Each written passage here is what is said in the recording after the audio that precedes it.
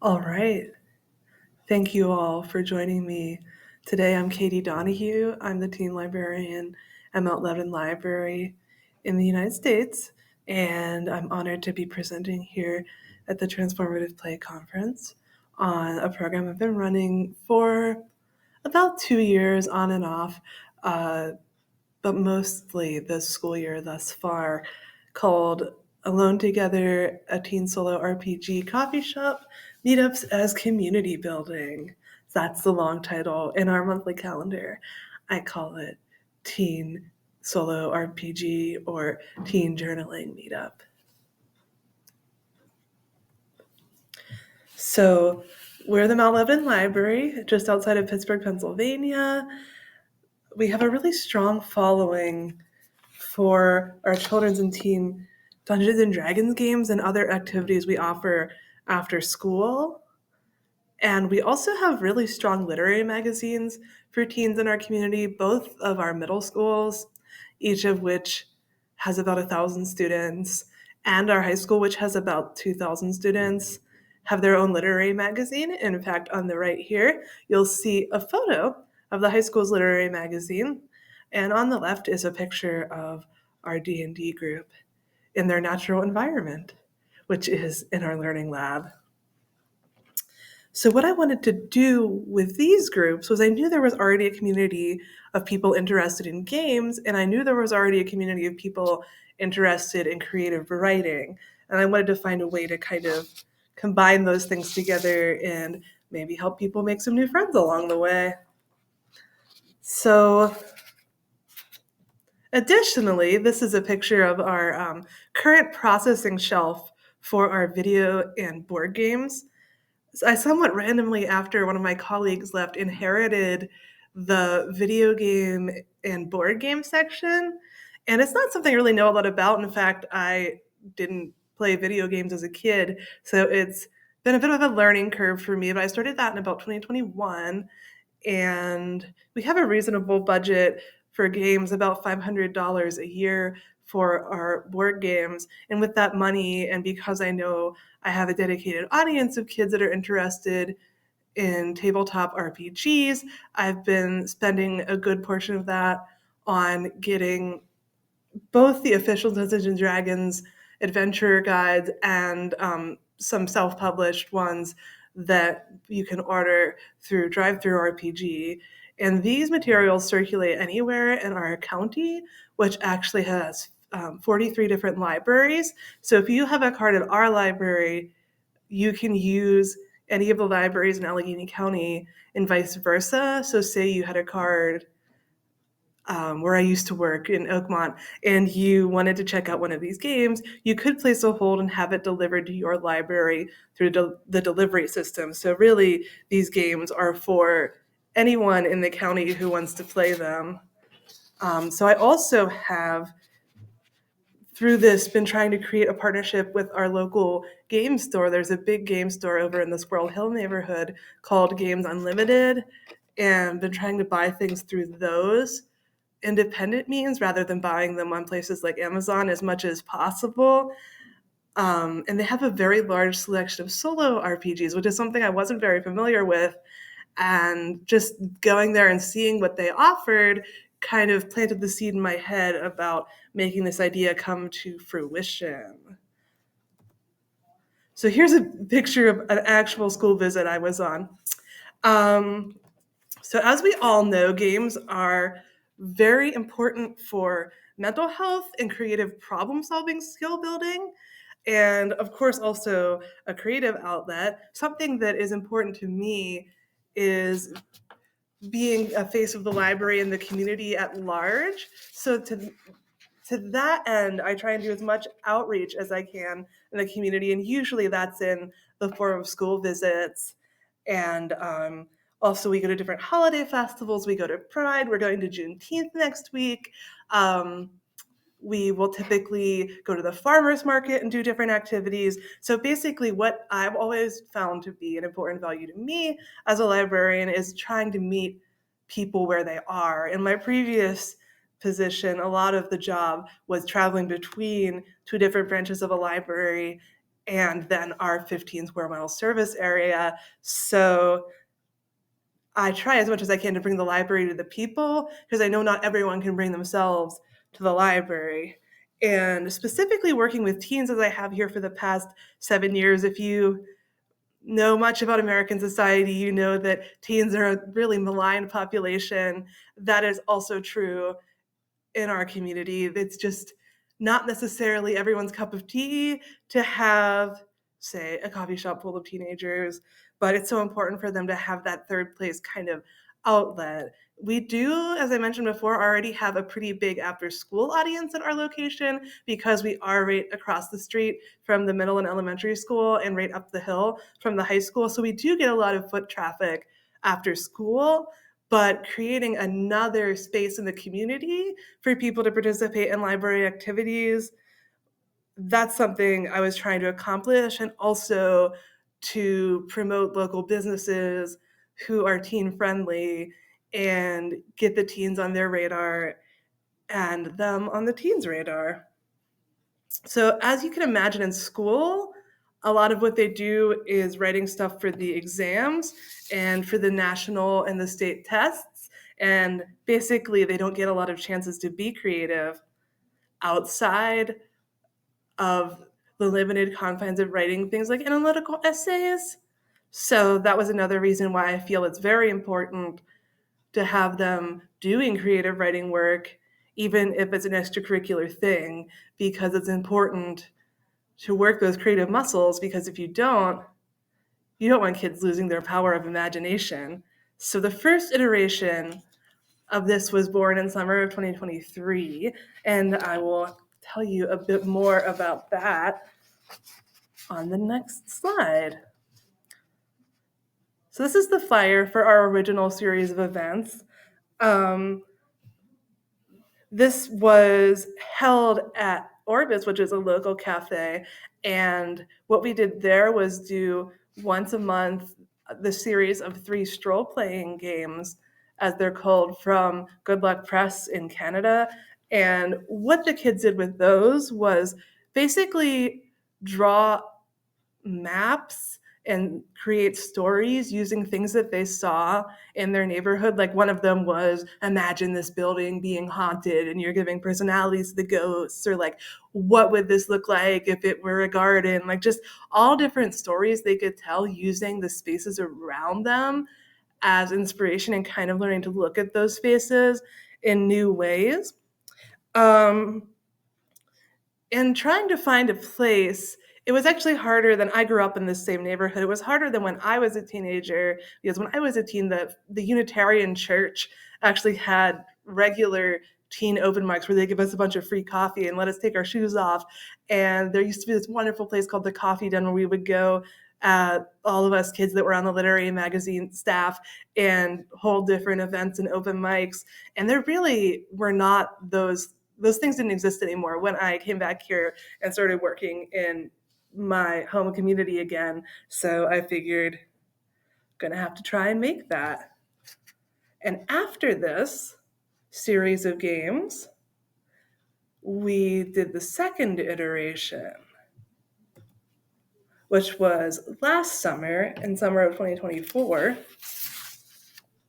And I have a picture to share from that. Here are 2 of our students. As you can see, they are working on a playlist. And this is the game Void 1680 by Ken Lowry. And what the kids do with that is they're basically doing their own radio show. We had a lot of success in the past 2 years with doing like podcast style summer reading activities. We had a UFO themed one for the summer reading that had the Raid Area 51 tie-in. This was obviously a few years ago. Before that, we did one that was telling scary stories in the style of Welcome to Night Vale and creating their own Foley effects. So we do have a history at our library of students wanting to work on podcasts and short form storytelling. So I thought playing a game like this, where a lot of it is acting out the different callers on their radio show, that would be something that would be fun for them, and that's done by drawing cards from the deck. And also it would be a pro-social opportunity because the kids would get to share the playlists that they created with one another, also based on drawing cards out of the deck and the feelings that they got from the different songs. Next slide is our current iteration, which is the 2024-25 school year. Now, I did try and do a few events last school year, but they just were not popular. We're not well attended. No one wants to sit in the coffee shop by themselves waiting for kids to show up. So I thought, you know what? I'll just discontinue it and try it again in the future. And this time, I think we hit our sweet spot in terms of finding the right place for our kiddos and the right kiddos to attend. Our first game of this past school year was Tangled Blessings, which is a dark academia RPG, and this is one that you could actually play solo or in player versus player format. We went to this new coffee shop called Needle and Bean that's also a record store, and this was our first time going there, and I think, as I'll talk about a bit more later, it was a good change in how we'd been running the events previously. And I have some photos of the game. Here we go. So on the left, you have two of the teens playing the game solo. Basically, you can play as a student and draw cards to kind of find out what's happening between you and your rival, or you can do player versus player, which is one of you plays one character and the other one plays their rival. And on the right, you can see they are playing using the PvP option. We took a break for the winter holidays and then came back in January with Sanctuary and Sentinel, which is a game where you play as the guardian or guardians of a magical tower that you have to defend from attacks. And this one was more of a map making game than the previous one, which was a lot more character focused.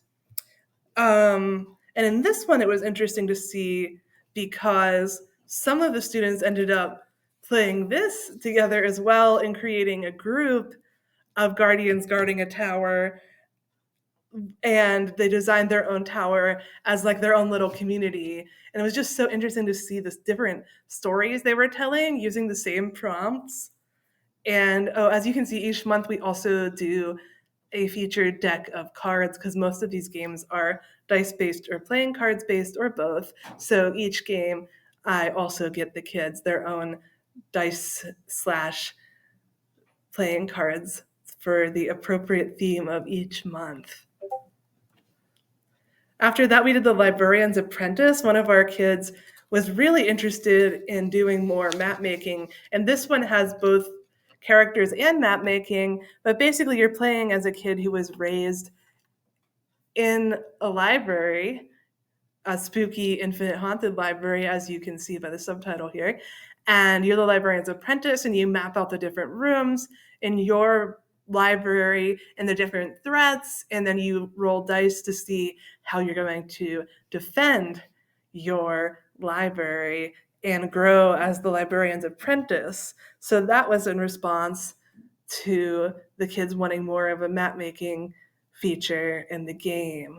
The next one was Tea and Toadstools. This was in April. And this one I had a smaller turnout for. I think cottagecore is not everyone's cup of tea, but we actually have a very large Therian club. Kids that belong to the Therian subculture, which is kind of adjacent to the furry subculture, basically coming up with animal personas.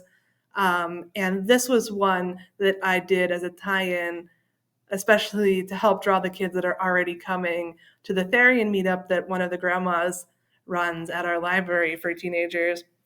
And for this one, I found it really interesting that all of the kids played this differently than the instructions led on. On the top slide photo, you can see one of our teens making her own rules, while in the game, you're supposed to take out the Joker cards and then use the rest of the deck for the game. She used the Joker cards to create the option of taking a long rest for her character so that she'd be able to complete more challenges per day in the game. And on the right, those two students are playing together with their own OCs, individual characters that they made up for the game, which are also different creatures. And that was just so cool to see what the kids did to adapt the game to fit the stories they wanted to tell. The last one for the school year was in May, which we did another character-based one, since we've done a couple map making ones for the kids that are really into that, and we've done the animal-themed one. We had a student who really wanted a horror-themed one, and so we did this horror-themed game, which is actually by the same creator as Tangled Blessings, and you can see the setup of the games with their card decks and the colorful dice. I took that before the chaos ensued of actually people coming in to play.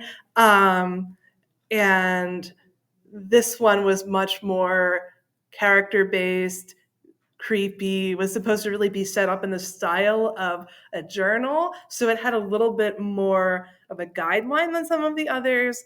But I really do try and be receptive to what the kids want to do with these different projects and build from there. So, what is the purpose of these meetups?